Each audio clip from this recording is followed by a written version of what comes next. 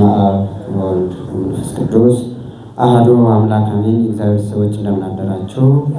አሜን። የአምላካችን የእግዚአብሔር ስም የተመሰገነ ይሁን። እልል እያልን እያጨበጨብን እግዚአብሔር እናመሰግናለን።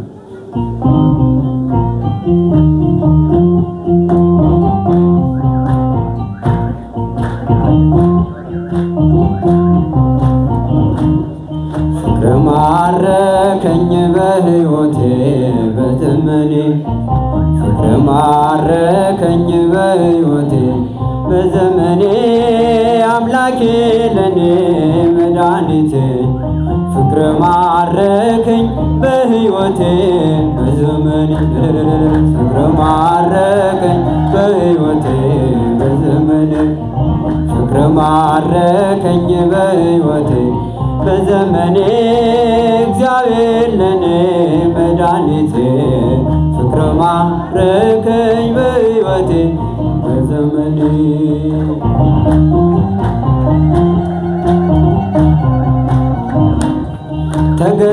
ተገዝቻለሁ በወርቅ ደም ዓለምን ንቄ ላገለግል ሞት ሕይወቴ እኔ ሆኖኛል ባንተ መከራ ሸክሜ ርቋል። በክብር ቆሜ እዘምራለሁ እንደ አቅሜ አገህናለሁ። በክብር ቆሜ እዘምራለሁ እንደ አቅሜ አገህናለሁ። ፍቅር ማረከኝ በሕይወቴ በዘመኔ ፍቅር ማረከኝ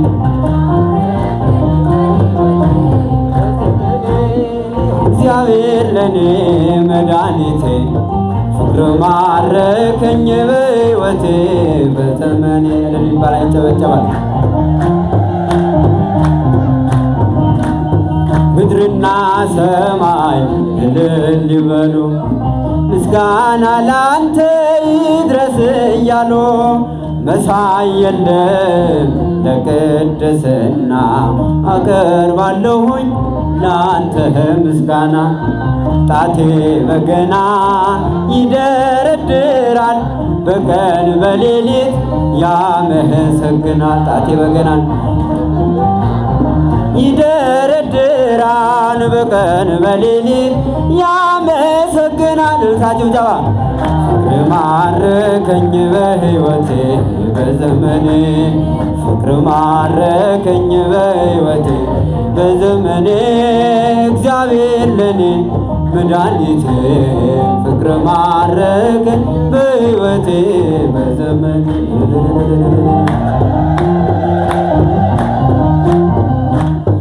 ክብርህን አይተው ጠላቶች ፈሩ ምስጋና ይቅረብ እያሉ እንዲህ ነህ አንተ እንዲህ ነህ ጌታ ሁሉን በፍቅር የምትረታ አንተ ተመካን በፈጣሪያችን አዳኝ በሆንከው በንጉሳችን አንተ ተመካን በፈጣሪያችን አዳኝ በሆንከው በንጉሳችን በሕይወቴ በዘመኔ ፍቅር ማረከኝ በሕይወቴ በዘመኔ እግዚአብሔር ለኔ መድኃኒቴ ፍቅር ማረከኝ በሕይወቴ በዘመኔ ከመ ተባርከነ በመስቀልከ ዘወርቅ ዘወርቅ እጃችሁ ከመ ተባርከነ በመስቀልከ ዘወርቅ ዘወርቅ ተዋነይ በጽድቅ ተዋነይ በጽድቅ ተዋነይ በጽድቅ ተዋነይ በጽድቅ አረጋዊ ሐመልማለ ወርቅ ተዋነይ በጽድቅ ተዋነይ በጽድቅ ተዋነይ በጽድቅ ተዋነይ በጽድቅ አረጋዊ ሐመልማለ ወርቅ ከመ ተባርከነ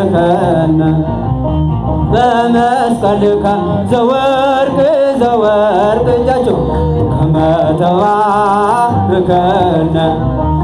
በመስቀልከ ዘወርቅ ዘወርቅ ተዋነይ በጽድቅ ተዋነይ በጽድቅ ተዋነይ በጽድቅ ተዋነይ በጽድቅ ገብረ ክርስቶስ ሐመልማለ ወርቅ ተዋነይ በጽድቅ ተዋነይ በጽድቅ ተዋነይ በጽድቅ ተዋነይ በጽድቅ ገብረ ክርስቶስ ሐመልማለ ወርቅ ከመ ተባርከነ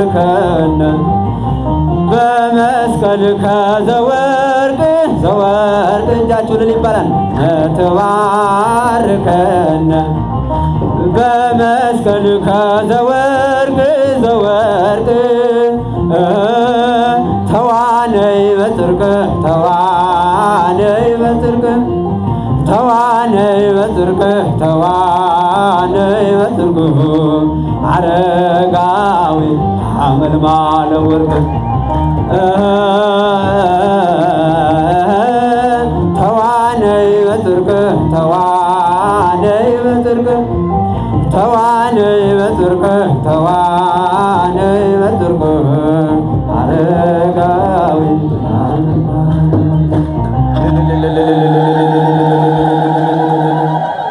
የባረከንና ያከበረን አምላካችን ክብር ምስጋና ለእሱ ይሁን። ይጠብቅልን።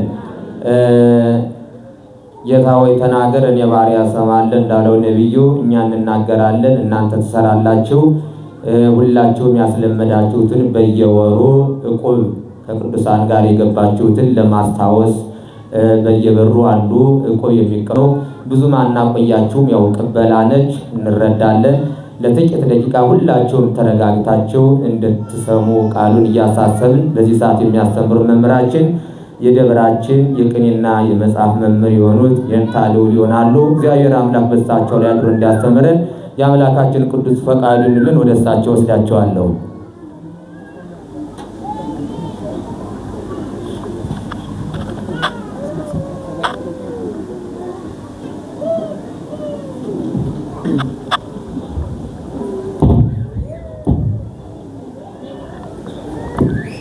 ሁላችንም እጃችንን እናንሳ።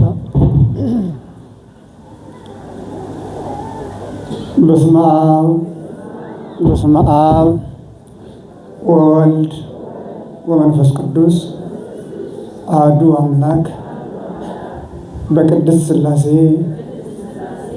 እንዘ አአምን ወእትማጸን ከይደከ ሰይጣን በቅድመ ዛቲ ቅድስት ቤተ ክርስቲያን እንተ ይእቲ ስምየ ማርያም ጽዮን ለዓለመ ዓለም አሜን። ሎቱ ስብሐት ወሎቱ አኮቴት ለዘቀደሳ ለሰንበት ወአብጽሐነ እስከ ዛቲ ሰዓት። ሰንበትን ያከበረ ከልዩ ልዩ ቦታ ተሰባስበን ቃሉን እንድንመገብ የወደደ በቸርነቱ የጎበኘን ለዚህች ዕለትና ሰዓት ያደረሰን የአባቶቻችን አምላክ እግዚአብሔር ከሁሉ አስቀድሞ የተመሰገነ ይሁን። አማን እብለክሙ ዘይሰምዕ ቃልየ ወየአምን በዘፈነወኒ። እውነት እላችኋለሁ ቃሌን የሚሰማ በላከኝም የሚያምን ይረክብ ሕይወተ ዘለዓለም፣ የዘለዓለም ሕይወትን ያገኛል። የቅዱስ ዮሐንስ ወንጌል ምዕራፍ 5 ቁጥር 24። ክቡር መምህራችን አባታችን መላከ ብስራት አብርሃም ከበደ የደብራችን ዋና አስተዳዳሪ፣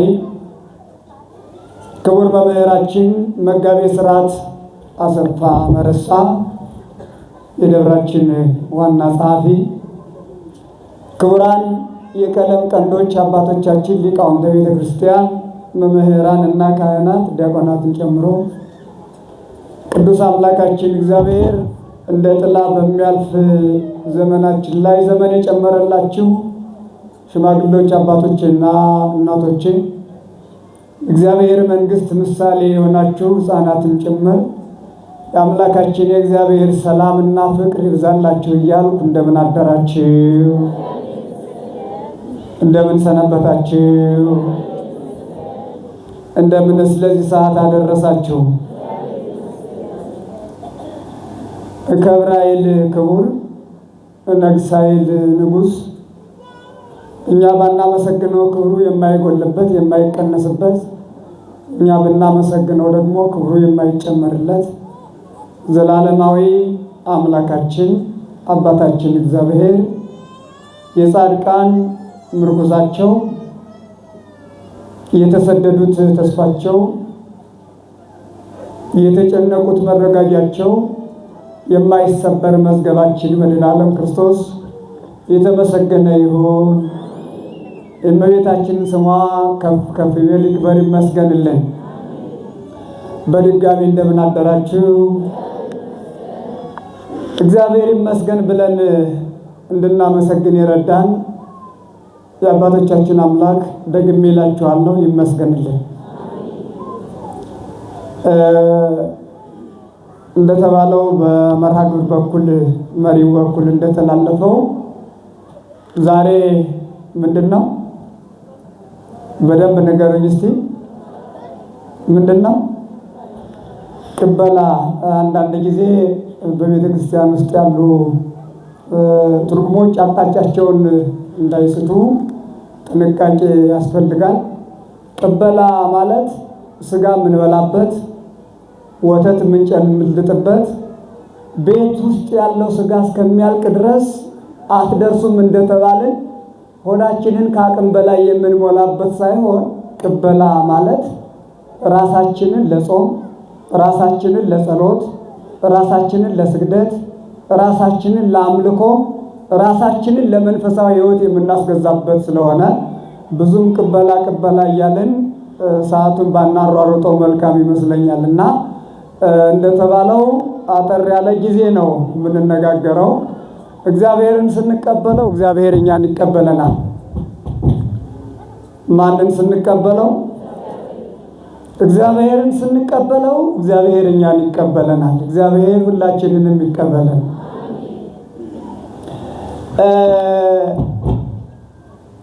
እንዴት አደራችሁ ሲባል በሌላ ሀገር ሲባል የሰማሁትን በጣም ረሃብ ከመሆኑ የተነሳ ደህና አደራችሁ በምንለው በእኛ ቋንቋ ፋንታ በልታችኋል አልበልታችሁም ነው የሚባለው።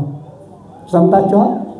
እጅግ በጣም ረሃብ ጸንቶ ስለነበረ ሰው በጣም በረሃብ ተጎድቶ ስለነበረ በዚያ ጠባሳ ታሪክ ውስጥ ያለፈ ሕይወት ስለነበረ ደህና አደራችሁ በማለት ፋንታ በልተሃል አልበልተህም፣ እግዚአብሔር ይመስገን በማለት ፋንታ ደግሞ በልቻለሁ አልበላሁም አይነት ቋንቋ የሚነገርበት ሀገር አላሉ። ኦርቶዶክሳዊት ሃይማኖታችን ቅድስት ቤተ ክርስቲያናችን ግን ደህና አደራችሁ ስንል መልሳችን ምን ይሆናል? እስኪ በደንብ ንገሩ። ለሁሉም ነገር እግዚአብሔር ይመስገን። እንግዲህ ይችን ሌሊት በብዙ ነገር ያደርን ሰዎች አለን። አንዳንዶቹ ከደዌያቸው ብዛት የተነሳ ከህመማቸው ብዛት የተነሳ እንቅልፍ የሚባል ነገር በዓይናቸው ሳይዞ ምግብ የሚባል ነገር ወደ አፋቸው ሳይገባ በሰላም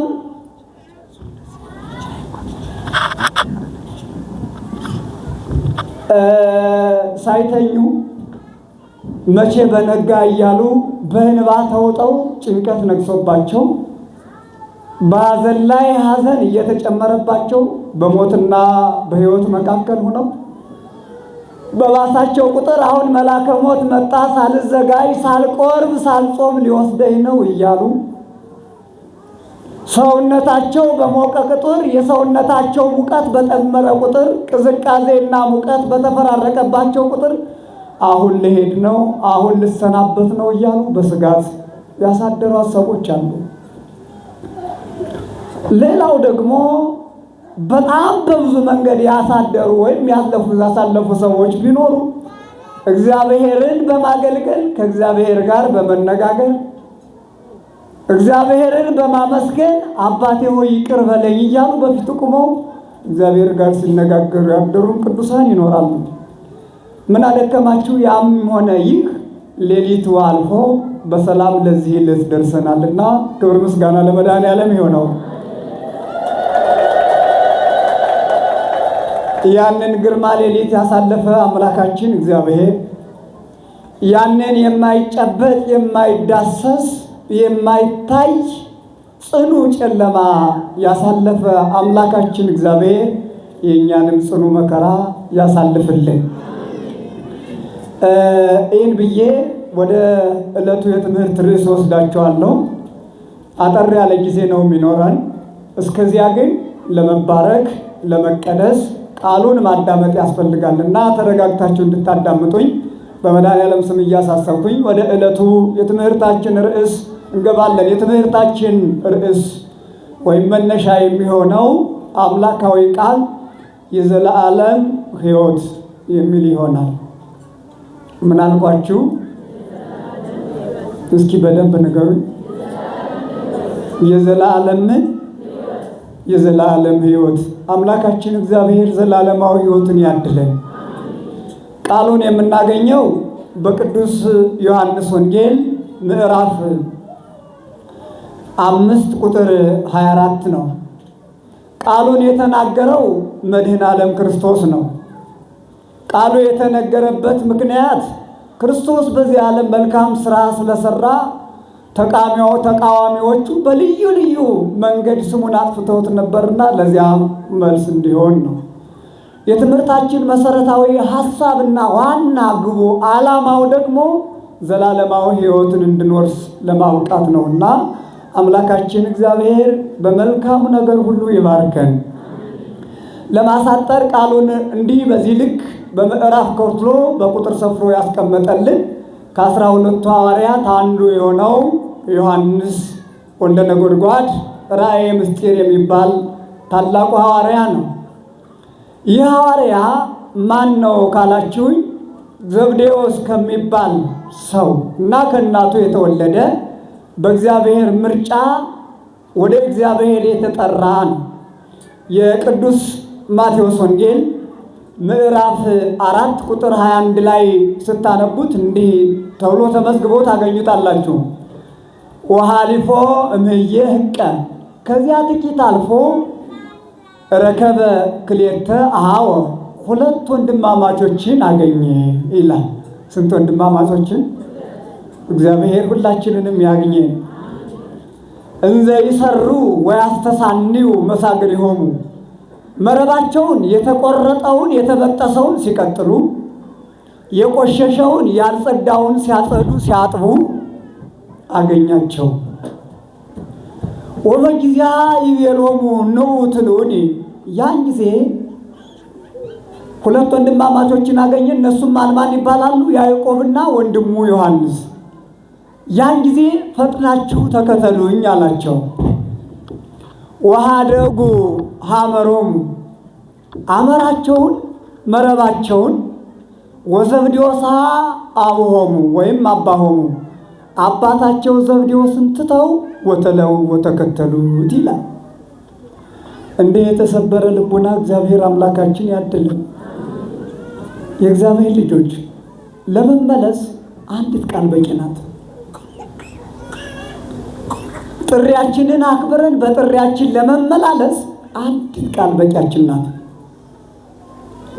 ለቅዱስ ሥጋውና ለቅዱስ ደሙ ለመብቃት አንዲት ቃል በቂያችን ናት። አያችሁ፣ የሐዋርያ እነዚህ 2 ወንድማማቾች ኑ ተከተሉኝ ሲላቸው ወደ ቤታችን እንመለስ አላሉ። ወደ ንብረታችን እንመለስ አላሉ። እናታችንን እንሰናበት አላሉ። ለምን?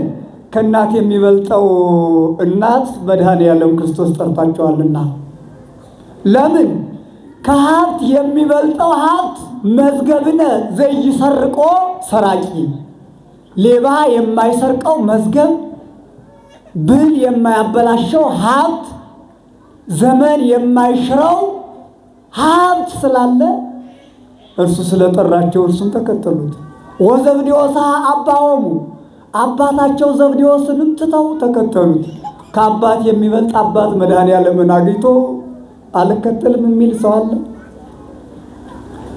ሁላችንንም በመለኮታዊ አጠራሩ ይጥራል። እግዚአብሔር ብዙ ጊዜ ጠርቶናል። ጥሪያችንን ለማክበር ምን ያህል ተዘጋጅተናል የሚለውን ለእናንተ ልተው። ቤተ ክርስቲያን ብዙ ጊዜ ጉባኤ አዘጋጅታ ጠርታለች። ስንቱ ተመልሷል? እግዚአብሔር ይወቀው። እና እነዚህ ሰዎች ተጠሩ፣ አምላካቸውን ተከተሉ። በጣም ብዙ ነገር አድርገዋል።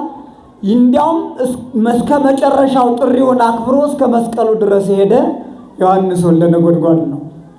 እነ ቅዱስ ጴጥሮስ እመሂ ኩሎሙ ክህዱከ አንሰ ኢይክህደከ፣ ሁሉም ቢክዱህ እኔ አልክድህም ሲል የነበረው ቅዱስ ጴጥሮስ መከራ ሲበዛበት አላውቀውም ሲል ቅዱስ ዮሐንስ እስከ እግረ መስቀል አብሮ ሂዷል ማለት ነው። እና ወንጌሉን የጻፈልን ይህ ሐዋርያ ነው።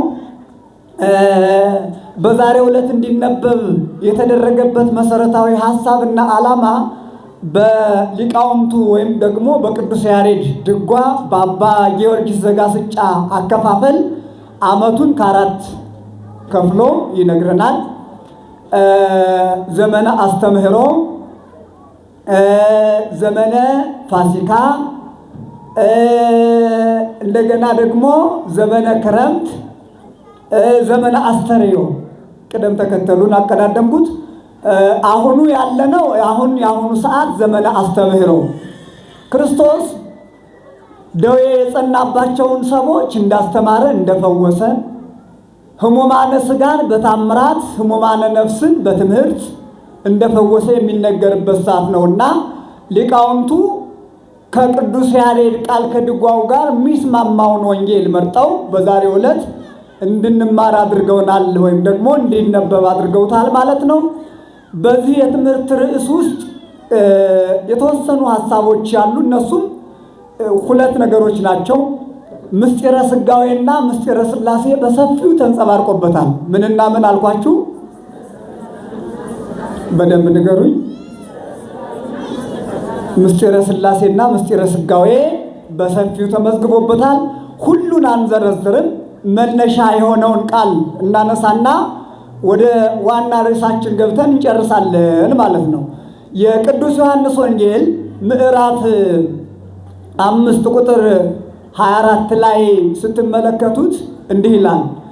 ወበእንተ ዝንቱ ያስተዋድይዎ አይሁድ ለእግዚእ ኢየሱስ ወየሐስሱ ይቅትልዎ። ስለዚህ ነገር መድኃኒታችን ኢየሱስ ክርስቶስን አይሁድ ያካስሱት ያጣሉት ነበረ። ይሄም ብቻ አይደለም፣ ወየሐስሱ ይቅትልዎ፣ ሊገሉትም ይፈልጉት ነበረ ይላል። ስለምን ነገር አለ? ስለዚህ ነገር በሉ እስኪ እንደገና። አይሁድ ኢየሱስ ክርስቶስን ያካስሱት ያጣሉት ነበረ። ምንድን ነው ይህ ነገር የተባለ? ልብ በሉ። ማካሰስ ብቻ አይደለም፣ ወሬ ማውራት ብቻ አይደለም፣ ስም ማጥፋት ብቻ አይደለም፣ ሊገሉት የሚፈልጉት ነበር ይላል። ማንን? የሕይወት ጌታ መድኃኔ ዓለም ክርስቶስን። ማንን? ለተንቀሳቃሾች ሁሉ ሕይወትን የሚያድለውን የሕይወትን ባለቤት እግዚአብሔርን ሊገሉት ይፈልጉት ነበር። ስለምን? ስለዚህ ነገር። ይህ ነገር የተባለ ምንድን ነው ካላችሁኝ፣ የቅዱስ ዮሐንስ ወንጌል ምዕራፍ 5 ቁጥር 1 ጀምራችሁ ስትመለከቱት በዚህ ዓለም በጣም ብዙ በሽተኞች ነበሩና በሚመላለስበት ጊዜ እንደፈወሳቸው ይናገርና ለምን ሕሙማንን ፈወሰ ነው ተንኮላቸው። መልካም ስራ ስንሰራ ስማችን አይኖርም። ይህንን መኑ ክርስቲያኖች ለበጎ ስራ ውስጣችን ሲነሳሳና አእምሯችን ሲዘጋጅ እንቅፋቶቹ ይበዛሉ። ልብ በሉ። መድኃኔ ዓለም ክርስቶስ ተናግሮ ያስቀየመው ሰው የለም። መድኃኔ ዓለም ክርስቶስ የቀማው ገንዘብ የለም። መድኃኔ ዓለም ክርስቶስ ያስቀየመው ሰው የለም። መድኃኔ ዓለም ክርስቶስ ያስጨነቀው ሰው የለም። በአጠቃላይ ቅዱስ አምላካችን ኢየሱስ ክርስቶስ እንዲገደል የተፈለገበት፣ እንዲታሰር የተፈለገበት፣ እንዲገረፍ የተፈለገበት፣ እንዲሰደድ የተፈለገበት መልካም ስራ ስለሰራ ነው። ምን ብቻ እንዲህ ይሉት ነበር፣ በብዔልዜቡል ያወጾሙ ለአጋንንት አጋንንትን በአጋንንት ያወጣቸዋል ይላሉ። ስም አጥፊዎች እግዚአብሔር ታገሱ ይበላቸው። ይህም ብቻ አይደለም፣ ጋኔንኑ አሃዞ ወየአብድ ጋኔን ይዞታል ያብዳል ይላል። አያችሁ፣ ስም መጥፋት የመጣው ከክርስቶስ ነው። ላልታ ያስረከበን እሱ ነው። አሁንም እንዲህ ነው አይደል ያለው ነገር። በጣም የሚያሳዝን ሁኔታ እኮ ነው በእውነት። ሰው በማያገባው በማያውቀው ነገር ተነስቶ ሰውን በማይመለከተው ነገር ውስጥ አስገብቶ ይደግማል። አረ ክርስቲያኖች ራሳችንን እንግድ የለም። በተለይ አሁን ዘመናዊ ሚዲያ የሚባል ነገር በእውነት ያመጣብን መቅሰፍት ልበለው ቅር እንዳይላችሁ እንጂ ጳጳስ የለ፣ ቄስ የለ፣ ዲያቆን የለ፣ መምህር የለ፣ ብቻ የተወሰነች የሳንቲም ሽርፍራፊ ለማግኘት ብድግ ብሎ ፓትርያርኩ እንደሆነ ይላል። አፈነዳው ይላል። ጭንቅላታችንን አፈነዱት፣ አፈነዳው እያሉ ምንም አይደረግ ነገር አለ። ቀናተኞች ክርስቶስን ስሙን እንዳጠፉት አሁንም እንዲህ አይነት በጣም ብዙ ነገሮች አሉ። አትደንግጡ፣ አባታችን እግዚአብሔር ያስረከበን ነው። እንዲያውም መከራችን ሲበዛ ክርስትናችን ይገለጣል። እንዲያውም በእንዲህ አይነት በተመሳቀለና በእንዲህ አይነት ግርግር ውስጥ ስናልፍ ነፍሳችን ዘላለማዊ ሕይወትን እንድታገኝ ትሆናለች እና እግዚአብሔር ሁላችንንም ይባርካል። ለዚህ ነው መጽሐፍ እንዲህ ይላል፣ ቅናት አሃዞሙ ለሕዝብ አብዳን፣ ሰነፎች ሕዝቦችን ቅናት ያዛቸው። ሰነፎችን ምን ያዛቸው? ምን ያዛቸው? ቅናት ያዛቸው ይላል። እና ክርስቲያኖች ስሙን ያጠፉት ነበር። እባካችሁ ስለምናውቀው ነገር ብቻ እንናገር፣ እናውራ። ራሳችንን መቼ መለስ ብለን ተመለከትንና ምናልባት ከዚህ በፊት ነግሬያችሁ ከሆነ አላውቅም። ፊልክስዩስ የሚባል የቤተ ክርስቲያናችን መጽሐፍ ከአራቱ ጉባኤያት አንዱ የሆነው መጽሐፍ እንዲህ ይላል፣ ቦ እለ ይቤሉ ንሬኢ መላእክተ። ይህን ቃል ሁላችሁም ትላላችሁ። ቦ በሉ እስቲ። እለ ይቤሉ ንሬኢ መላእክተ፣ መላእክትን እስኪ እንደገና እናያለን የሚሉ ሰዎች አሉ። መላእክትን አየን ብለው የሚያወሩ ሰዎች አሉ ይልና ሊቁ ሲገልጠው ምን ይላል? መላእክትን አየው ከሚል ሰው ይልቅ ራሱን ያየ ሰው ይበልጣል ይላል። ራሱን ምን ያለ ሰው ይበልጣል። መላእክትን ማየት ራስን ከማየት አይበልጥምና። ለምን? መላክን ማየት የሚቻለው መላእክትም የሚገለጡለት ራሱን ማየት የሚችል ሰው ሲሆን ነው ይላል። ራሳችንን እንመለስ፣ ያን ጊዜ ሁሉ ነገር ይስተካከላል። እና ክርስቶስን አሙት። ከዚህ በኋላ ዋውሳ ጊዜ ኢየሱስ ወይ ቤሎሙ፣ ጌታም መልሶ እንዲህ አላቸው፣ አቡዬ እስከ ይእዜ ይገብር፣ አባቴ እስከ ዛሬ ይሰራል፣ ዋነሂ ከማሁ ገብር፣ እኔም እንደዚሁ አደርጋለሁ እሰራለሁ። ስራዬን የሚያስቆመው ወሬ የለም፣ ስራዬን የሚያደናቅፈው ወሬ የለም እያለ ስለ አብና ስለ እሱ አንድነት እየነገራቸው ከሄደ በኋላ እንዲህ አላቸው፣ አማን እብለክሙ፣ እውነት እላችኋለሁ፣ ዘይሰምዕ ቃሌን የሚሰማ ወየአምን በዘፈነወኒ፣ በሚልከኝ በዘይልከኝ በላከኝም በአብ የሚያምን ያመነ ይረክብ ሕይወተ ዘላለም የዘላለም ሕይወት ያገኛል ይላል። እችን ዘላለማዊ ሕይወት እግዚአብሔር አምላካችን አይንፈገን። ሕይወት ማለት በዚህ ምድር ላይ የሚንቀሳቀሱት ሁሉ ሕይወት አላቸው ማለት ነው።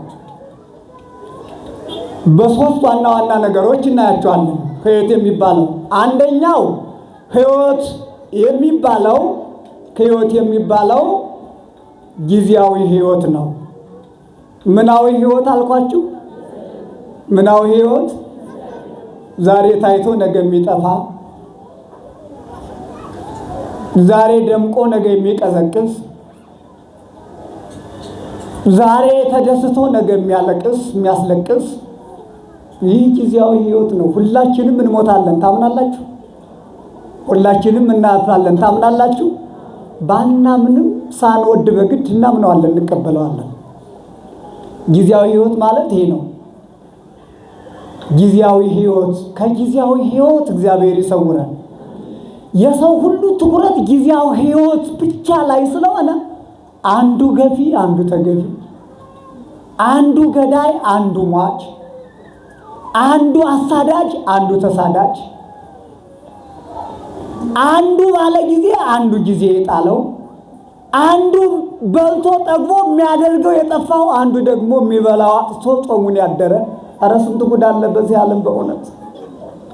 ይህ ጊዜያዊ ሕይወት ላይ ብቻ መቀመጥን ወይም ደግሞ ማሰብን የሚያሳይ ነው።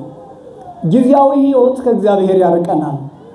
ጊዜያዊ ሕይወት ከእግዚአብሔር ርቀን እንድንወድቅ ያደርገናል። ይህንን ጊዜያዊ ሕይወት እንደሚለው በስጋ የምንኖረውን ጊዜያዊ ሕይወት እንደሚለው መጽሐፍ በዚህ በኦሪት ዘጸአት ምዕራፍ 1 ቁጥር 14 ላይ በጽኑ ስራ ያስጨንቋቸው ነበር። ህዳር ሚካኤል ያከበርነው ትላንትና ዓርብ ዕለት ማለት ነው። ጦምም ያሰሯቸው ነበረ። በስጋዊ ሕይወታቸው በጊዜያዊ ሕይወታቸው እጅግ ያስጨንቋቸው ነበር ይላል ጊዜያዊ ሕይወት። ሌላው በኦሪት ዘሌዋውያን ምዕራፍ 11 ቁጥር 17 ጀምራችሁ ትመለከቱት ታገኙታላችሁ። እና ይሄ ጊዜያዊ ሕይወት ነው ማለት ነው። ሌላው መንፈሳዊ ሕይወት ብለን እንወስደዋለን ማለት ነው። ምናዊ ሕይወት አልኳችሁ? ምናዊ ሕይወት መንፈሳዊ ሕይወትን እግዚአብሔር ያድለን። መንፈሳዊ ሕይወት ከእግዚአብሔር ጋር እንድንኖር ያደርገናል። መንፈሳዊ ሕይወት በወንድማችን ላይ ክፉ ስራ እንዳንሰራ ያደርገናል። መንፈሳዊ ሕይወት ራሳችንን እንድንክድና እንድንጠላ ያደርገናል። መንፈሳዊ ሕይወት ሁሉን ነገር ጥለን እንድንሄድ ያደርገናል። መንፈሳዊ ሕይወት የማይታየውን እንድናይ ያደርገናል። መንፈሳዊ ሕይወት ያልተገለጠው ነገር ተገልጦ እንዲታየን ያደርገናል። መንፈሳዊ ሕይወትን እግዚአብሔር አምላካችን ያለማምደን። ብዙ ሰዎች መንፈሳዊ ሕይወትን ተለማምደው ዛሬ ለምንተርክላቸው ታሪክ ብቁ ሆነው ተገኝተዋል። መንፈሳዊ ሕይወት ከዚህም መካከል አቡነ አረጋዊ ሞትን እስካሁን ድረስ ያሸነፉ አይደል እንዴ? መንፈሳዊ ሕይወት እንዲህ ነው። መንፈሳዊ ሕይወት ያለውን ሰው እግዚአብሔር አይለየው። እግዚአብሔር ሁላችንን የሚጎብኝ ምዕመናን። ብቻችንንማ እኮ መከራውን አንችለው፣ ችግሩን አንችለው፣ ስቃዩን አንችለው። እግዚአብሔር በነገሮች ሁሉ ይቅደምልን። መንፈሳውያን ስንሆን ግን ሁሉን ነገር እንቋቋማለን።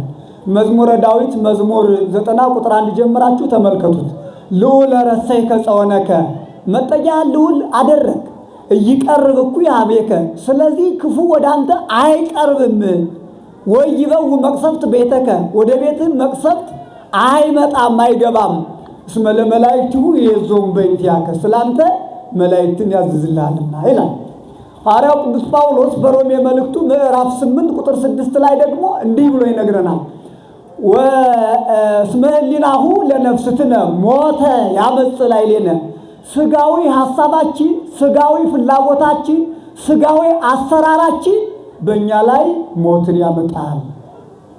ወሕሊናሁሰ ለነፍስነ ወይም ለመንፈስነ ሰላም ወሕይወተ ይሁበነ። መንፈሳዊ ሐሳብ ግን ሰላምንና ዘላለማዊ ሕይወትን ያድለናል ይላል። ዘላለማዊ ሕይወትና ረፍትን እግዚአብሔር ያድለን። እስመ ህሊናሁ ለነፍስትነ ሞጸሩ ለእግዚአብሔር ውእቱ። ስጋዊ አሰራራችን ግን ለእግዚአብሔር ጠላት የምንሆንበትን ነገር እንድንሰራ ያደርገናል ይላልና ይሄ መንፈሳዊ ህይወት እግዚአብሔርን የምናይበት ከእግዚአብሔር ጋር የምንነጋገርበት ነው። እስመ በአንጾ መንፈስ ሪጎ ነቢያት ለእግዚአብሔር። ነቢያት ሰውነታቸውን ከቂም ከበቀል ከተንኮል ንጹህ አድርገው እግዚአብሔርን አዩት ይላል። ማንን አዩት? ማንን አዩት? እግዚአብሔርን አዩት። ወተናጸሩ ገጸ በገጽ፣ ፊት ለፊትም ተገናኙ። መታደል እኮ ነው። ፊት ለፊትም ምን አሉ? ተገናኙ። እግዚአብሔርን አይታችሁ ታውቃላችሁ? አይተነዋል በሉ፣ አትፈሩ። ደካማ ድሃውን መጎብኘት እግዚአብሔርን ማየት ነው። የተቸገረውን ማጽናናት እግዚአብሔርን ማየት ነው። ዘላለማዊ ህይወትን መውረስ ነው እና ሁለተኛው መንፈሳዊ ህይወት ነው ማለት ነው። ሌላውና ሶስተኛው ዘላለማዊ ህይወት ነው። ዘላለማዊ ህይወት ማለት ዘመን የማይሽረው፣ ጊዜ የማይገድበው፣ ሞት የሌለበት፣ ድህነት የሌለበት፣ ሀብታምና ድሃ የማይለያዩበት ዘላለማዊ ክርስቶስን መስለን የምንኖርበት ነውና ደግሜ እላችኋለሁ ዘላለማዊ ህይወትን እግዚአብሔር ያድለን። አልቦ አሚሃ ሐጺር ወነዊህ፣ ያን ጊዜ አጭር የለም ረጅም የለም። አልቦ አሚሃ ባዕል ወነዳይ፣ ያን ጊዜ ድሃ የለም ሀብታም የለም። አልቦ አሚሃ፣ ያን ጊዜ የሚያዝን የለም የሚያለቅስ የለም። ሁሉም እግዚአብሔርን እያመሰገነ በዘላለማዊ ህይወት ውስጥ ይኖራል። ያን ህይወት እግዚአብሔር ያድለን፣ እግዚአብሔር ያድለን። አሜን በሉ። ዘላለማዊ ህይወት በብዙ አገላለጥ ተገልጧል። በቅዱስ ጳውሎስ መልእክት ወደ ኤፌሶን ሰዎች በላከው መልእክቱ ምዕራፍ 2 ቁጥር 5 እስከ 7 ተመልከቱትና ትምህርቴን ለማቋጨት ወይም ደግሞ ለመጠቅለል ይችን ዘላለማዊ ህይወት እንዴት ነው መውረስ የምንችለው ወደሚለው እንምጣ። እንዴት ነው መውረስ የምንችለው? እንዴት ነው? የመጀመሪያው እችን ዘላለማዊ ህይወት መውረስ የምንችለው ማመን ስንችል ነው። ምን ስንችል ነው? ማመን። ሐዋርያው ቅዱስ ዮሐንስ በወንጌሉ ምዕራፍ 3 ቁጥር 16 ላይ እስመ ከመዝ አፍቀሮ እግዚአብሔር ለዓለም እስከ ወልዶ ዋህደ መጣ ወወሃበ ቤዛ ለኩሉ። እግዚአብሔር ዓለሙን እንዲህ ወዶታል። ምንን ወዶታል? እስከ ወልዶ ዋህደ መጣ፣ አንደኛ ልጁን እስከ መስጠት ደርሶ። ፍቅር ማለት ይሄ ነው። ወወሃበ ቤዛ ለኩሉ፣ ለሁሉም መድኃኒት ይሆን ዘንድ ሰጥቶታል ይልና የሚያምን ሰው ሁሉ ይድናል ይላል ወንጌሉ ላይ። ሌላው በቅዱስ ማርቆስ ወንጌል ምዕራፍ 16 ቁጥር 16 ላይ ዘአምነ ወዘተጠምቀ ይድህን፣ ያመነና የተጠመቀ ሰው ይድናል። በተጨማሪ የቅዱስ ዮሐንስ ወንጌል ምዕራፍ 5 ቁጥር 25 ላይ ዘያምን ብየ፣ አሁን ባነሳ ነው ማለት ነው፣ በቃሌ ቃሌን የሚሰማ በላኬ በአብም የሚያምን ሰው ቢኖር ይረክብ ሕይወተ ዘለዓለም፣ ዘላለማዊ ሕይወትን ይወርሳል ይላል። ተማምነን ለመኖር ያብቃን። ብዙ ጊዜ እምነት ከሌለን ነገራችን ሁሉ ከንቱ ነው። አንድ ምስጢር ልንገራችሁ። በቤተ ክርስቲያን ውስጥ የምናደርጋቸው የየዕለት ተዕለት አገልግሎቶች በሙሉ ለዘላለማዊ ሕይወት መዳረሻ ናቸው።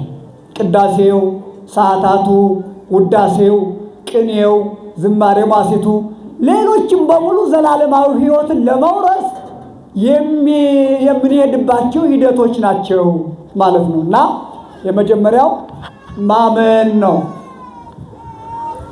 ተማምነን እንድንኖር እግዚአብሔር አስተዋይ ልቡናን ያድለን። አሁን መተማመን አለ።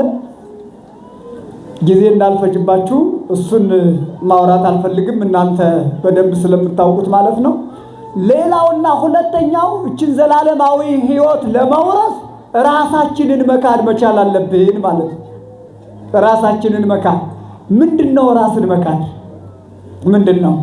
የቅዱስ ማቴዎስ ወንጌል ምዕራፍ 10 ቁጥር 36 ጀምራችሁ ስትመለከቱት እመኒ ዘያምን ብዬ የሚያምንብኝ ሰው ቢኖር እንዲህ ነው እንጂ የሚለው ዘያደገ አባሁ ወእሞ እናቱንና አባቱን ያልተወ እይክ ሊጸመደኒ ሊያገለግለኝ አይችልም። ምን ማለት ነው ይሄ? እናትና አባቱን አያገልግል፣ አይርዳ፣ አያግዝ ማለት አይደለም። እናትና አባቱን እንዳይላክ እንዳያገለግል ማለት ሳይሆን ከእናትና ከአባት ክብር ይልቅ ክብረ እግዚአብሔር እንደሚበልጥ መረዳት መቻል አለበት። እናትና አባት ያልሆነ ሐሳብና ያልሆነ አቅጣጫ ከሃይማኖት የሚያስወጣ ሐሳብ የሚያመጡ ከሆነ እነሱን መቀበል እንደሌለበት ነው እንጂ በልዩ ልዩ መልካም ነገሮች እንዳይላክ ለማለት አይደለም የወንጌል የተጻፈው። እና ራስን መካድ ማለት ከአፍቅሮተ እግዚአብሔር ከአፍቅሮተ አብ ወእም ወይም ደግሞ እናትና አባትን ከማክበር እግዚአብሔርን ማክበር እንደሚበልጥ መረዳትና መገንዘብ ነው። ወዘያፈቅር ወልዶ ወወለቶ እምኔ ይክ ሊጸመደኒ ልጁን ወይም ደግሞ ወንድ ልጁን ሴት ልጁን ከኔ አስቀድሞ የሚወድ ካለ እሱ ሊያገለግለኝ አይችልም። ይሄም በተመሳሳይ ነው። ዘይጾረ መስቀለ ሞትየ ይክ ሊጸመደኒ ይከውን ሊተ ወይ መስቀሉን የመከራውን መስቀል ያልተሸከመ እሱ ሊያገለግለኝ አይችልም፣ የኔም ሊሆን አይችልም ይልና ወንጌሉን ወደ ታች በስሜ ጻድቅን የተቀበለ ሰው እኔን ተቀበለ እያለ ይዘጨርሳል፣ ያጠቃልላል ሐሳቡን ማለት ነው። ስለዚህ ራስን መካድ ማለት ራስን ለኃጢአት አለማታለል፣ ራስን መካድ ማለት እግዚአብሔርን የሚያስቀይሙ ነገሮችን አለመስራት ማለት ነው። ራስን መካድ ማለት እስከሚያስፈልገው ጊዜ መጾም ማለት ነው። መጾም ማለት ነው። አንድ ታሪክ ልንገራችሁ። ራሱን የካደ አንድ ሰው አንድ ታሪክ እንዲሆነ አንድ ባህታዊ በቤተ ክርስቲያኑ አካባቢ በዓቱን ሰርቶ ይኖር ነበር ይላል። በየት አካባቢ አልኳችሁ? ምን እያዳመጠ ሰዓታቱን፣ ኪዳኑን፣ ቅዳሴውን፣ ድምፀ መላእክቱን እየሰማ እያዳመጠ የሚኖር አንድ ባህታዊ ነበርና ሴቶቹ ተሰባስበው ሲያወሩ ሲጫወቱ ወጥቶ ሲገባ ተመለከቱትና ሌሎቹ አነሱና እንዲህ አይነት ጽኑ ባህታዊ የለም፣ ሁልጊዜ መንፈሳዊ እንጂ ስጋዊ ሐሳብ ስጋዊ አሰራር በሕይወቱ የለም እያሉ ሲያወሩ አንዷ የኔ ቢጤ ተናጋሪ አነሳችና ቦታ ባያገናኘው ጊዜ ባይገጥመው ነው እንጂ ደግሞ ለሰው ምን አይነት ጥንካሬ አለው፣ እኔ እጅ አስተዋለሁ አለችና ባጭሩ ሄደችና ሲመሽ ወደ ማታ የእግዚአብሔር እንግዳ አለችው። ይሄ ሰው አያትና እንዳያሳድራት ጾር ሊቀሰቀስበት ነው፣ ድቀት ሊያገኘው ነው። አይሆንም ብሎ እንዳይመልሳት ደግሞ እንግዳ ብሆን አልተቀበላችሁኝም ብሎ እግዚአብሔር ሊፈርድበት ነው። ቋም አለና አሰበና አይ እግዚአብሔር እንግዳ ብሆን አልተቀበላችሁኝም ከሚለኝ ይልቅ እኔ የሚመጣውን ፈተና መታገስ አለብኝ አለና ወደ ቤት አገባትና ከዛ በኋላ አለፍ ብሎ ስራውን ያዘ። እሷ ደግሞ ይሄ ስራው ምንድነው? ጸሎት ነው። እርሷ ደግሞ ሽቶውን የሚያስፈልጊውን ነገር ለዝሙት ቀስቃሽ የሆኑ ነገሮችን ታደርግ ጀመረና ይህን ጊዜ ያልሆነ ነገር ሲሰማው እሳት አንድዶላት ነበርና እግሩን ወስዶ ከእሳቱ ላይ ማገደው ይላል። መንፈሳዊ ሕይወት እንዲህ ነው። የሽቶውን መዓዛ የእግሩ መዓዛ እስከሚያጠፋው ድረስ በእሳት የራሱን ሰውነት አያችሁ። ራስን መካድ ማለት እንዲህ ነው። ምዕመናን እቺ ሰው አባቴ ምን ነው ስትለው ሰማያዊው እሳት ከሚያገኘኝ ይልቅ ምድራዊ እሳት ይሻለኛል አላት። እሷም እንዲያውም ይልና ሊቃውንቱ ሲያብራሩ ሲተረጉሙት እንዲህ ይላል፣ እንዲህ ይሉታል። እንተኛ አለችው ሳታፍር ሳትፈራ። ባህታዊውን እኮ ነው። ለሰው ምክንያተ ስህተት ምክንያተ ድቀት አትሁኑ ባካችሁ። ለሰው ምክንያተ ስህተት ትሆኑና በኋላ ደግሞ ስህተቱን አቀጣጣይ እናንተ ትሆናላችሁ። እንዴ ልታሳስት ሄደ ምን አለችው? ደፍራ ራሷ ሳትፈራ ሳትጠራጠር ምንም ሳትሳቀቅ እንዴ አለችው አብረን እንተኛ አለችው። እንዴ ስትለው ምን አለ? ልጄ እንተኛማ ካልሽ ከሳቱ ላይ እንተኛ አላት። እንዴት ለዚህ እሳት ላይ እንተኛለን አባቴ አለችው። ምድራዊውን እሳት መቻል ካቃተንማ ሰማያዊውን እሳት እንዴት መቻል መታገስ እንችላለን ይችላል። ደግሞ በሰማይ እሳት አለ እንዴ አለች። አዎ አባቴ ሆይ አላበጀውም በድያለሁ ማረኝ ብላ ጉልበቱ ላይ ወድቃ አልቅሳ አመንኩሰይ ብላ አመንኩሷት በአቱን ትቶላት ሄዷል። ክብር ምስጋና ለመድኃኔዓለም ይሁን። ራስን መካድ ማለት ይሄ ነው። ራስን መካድ ማለት ይሄ ነውና ሌላውና ሶስተኛው ራስን ማለት ያችን ዘላለማዊ ሕይወት ለመውረስ አንደበታችንን ከክፉ ነገር አንደበታችንን ከሽንገላ ጠብቆ መኖር። የዳዊት መዝሙር 14 ቁጥር 1 ጀምራችሁ ተስዕሎ እምነቢይ ወተሰጦ መንፈስ ቅዱስ ነቢይ ይጠይቃል፣ መንፈስ ቅዱስ ይመልሳል። እንዲህ ብሎ ነቢይ እግዚአብሔር ዳዊት ይጠይቃል። እግዚኦ መኑ ያድር ውስተ ጽላሎትከ አቤቱ በዘላለማዊ ቤት ማን ያድራል ማንስ ይኖራል እያለ ነቢይ ይጠይቃል። መንፈስ ቅዱስ ደግሞ ሲመልስ እንዲህ ይላል ዘያሐውር በንጹሕ ወይገብር ጽድቀ ጽድቅ እውነት የሚሰራ ትክክለኛ ስራ የሚሰራ እውነትን የሚያደርግ ወዘይነብብ ጽድቀ በልቡ በልቡም እውነትን የሚያስብ ወዘኢጓህለወ በልሳኑ በአንደበቱም የማይሸነግል ሰው አለ የማይሸነግል ወዘይለቅሃ ወርቆ በርድእ ገንዘቡን በአራጣ ያላበደረ ወዘኢመሃለ በጉሉት በከንቱ ያልማለ ወገኖቹን ያላሰደበ እሱ ዘላለማዊ መንግስት እንዲህ የሚያደርግ ሰው ይታወክ ለዓለም ለዘላለሙ አይታወክም ይላል። ይህን ደግሞ ሐዋርያው ቅዱስ ያዕቆብ በመልእክቱ ምዕራፍ 4 ቁጥር 11 ላይ አኀዌ ይትታመዩ በበይናቲክሙ እርስ በርሳችሁ አትተማሙ ይላል። እስመ ዘሐመዮ ለአሐዱ ለሕገ እግዚአብሔር አመየ አንዱን ሰው ያማው እግዚአብሔርን አማ ይላልና ለመጠቅለል ሌላ ብዙ ዝርዝር ጉዳይ ቢኖሩም የመጨረሻው መንግስተ ሰማያትን ለመውረስ በጾም አለ፣ መጸለይ አለ፣ መታገስ አለ፣ መሰደድ አለ፣ መሰቃየት አለ። የመጨረሻው ግን ቅዱስ ሥጋውና ቅዱስ ደሙን መብላት መቀበል ለዘላለማዊ ሕይወት ያበቃልና ዘላለማዊ ሕይወትን ያወርሳል ማለት ነው። የቅዱስ ዮሐንስ ወንጌል ምዕራፍ 6 ቁጥር 53 ጀምራችሁ ተመልከቱት።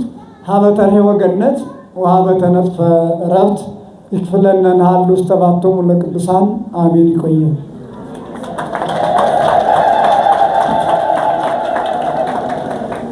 በሚገባ አመስግኑት እግዚአብሔርን በድጋሚ አመስግኑት።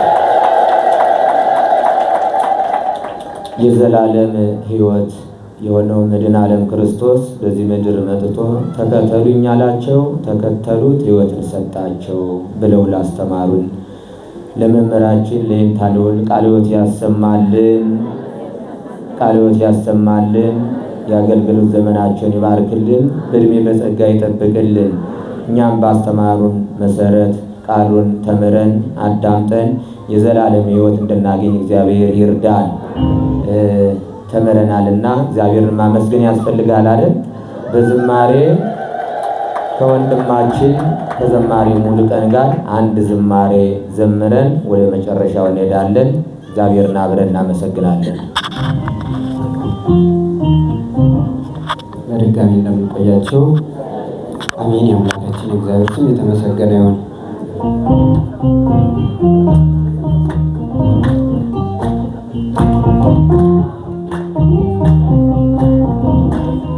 ክንድህን እጠብ የሚል ማነው?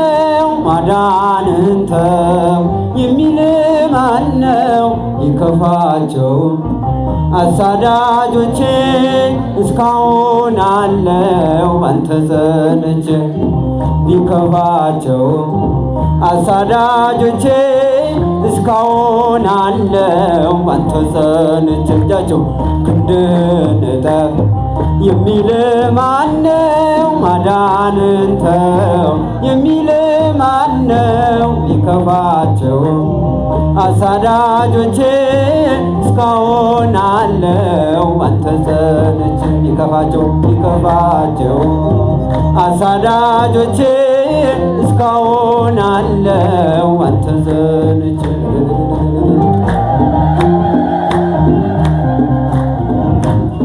ማለፌ ሲቀር ሕይወት ሲመላ ሲያልፍ ከላዬ ለምን አዘኑ ሰዱቃውያኑ ስለከፋቸው ላይቀር ማዳኑ።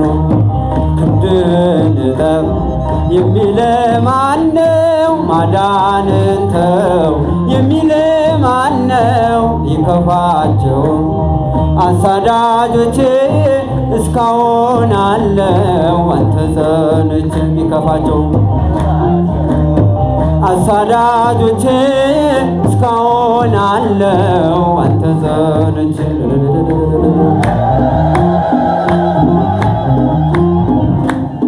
በባህሩ ዳር ህመሜን ትቼ አልጋዬን ባዝን ድኜ በርትቼ በሰንበት ዳነ ማረው ብላችሁ ያዳነው የሞት ለምን አላችሁ?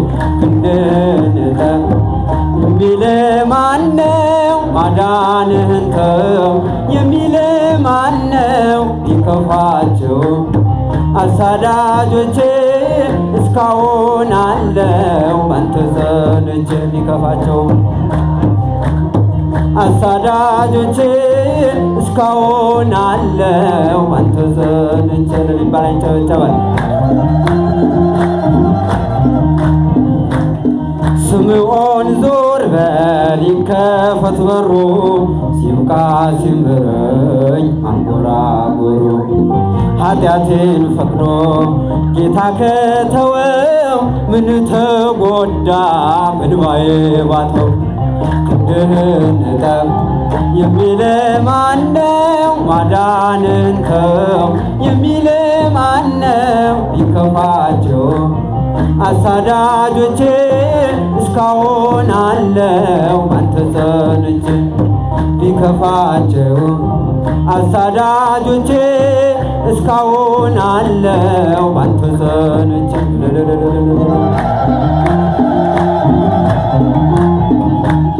በግንባሬ ላይ ዓይኔን ቢሰራ ቢደባለቀኝ ከሚያዩት ጋራ ፊታችሁ ባዘን ለምን ጠቆረ?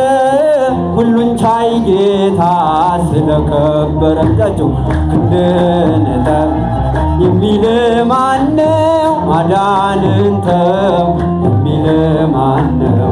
ቢከፋቸው አሳዳጆቼ እስካሁን አለው አንተ ጸንቼ። ቢከፋቸው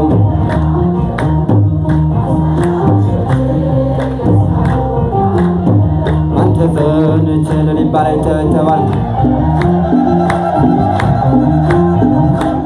አትዝጉት በሩን እንመላለስ የተወደደው እኛ ላይ ይድረስ።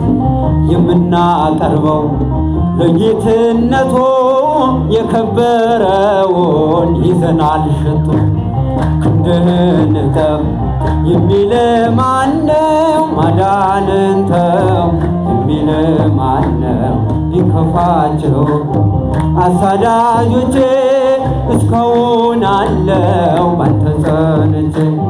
ቢከፋቸው አሳዳጆቼ እስካሁን አለው አንተ ጸንቼ። እግዚአብሔር ዝማሬያችን ይቀበል።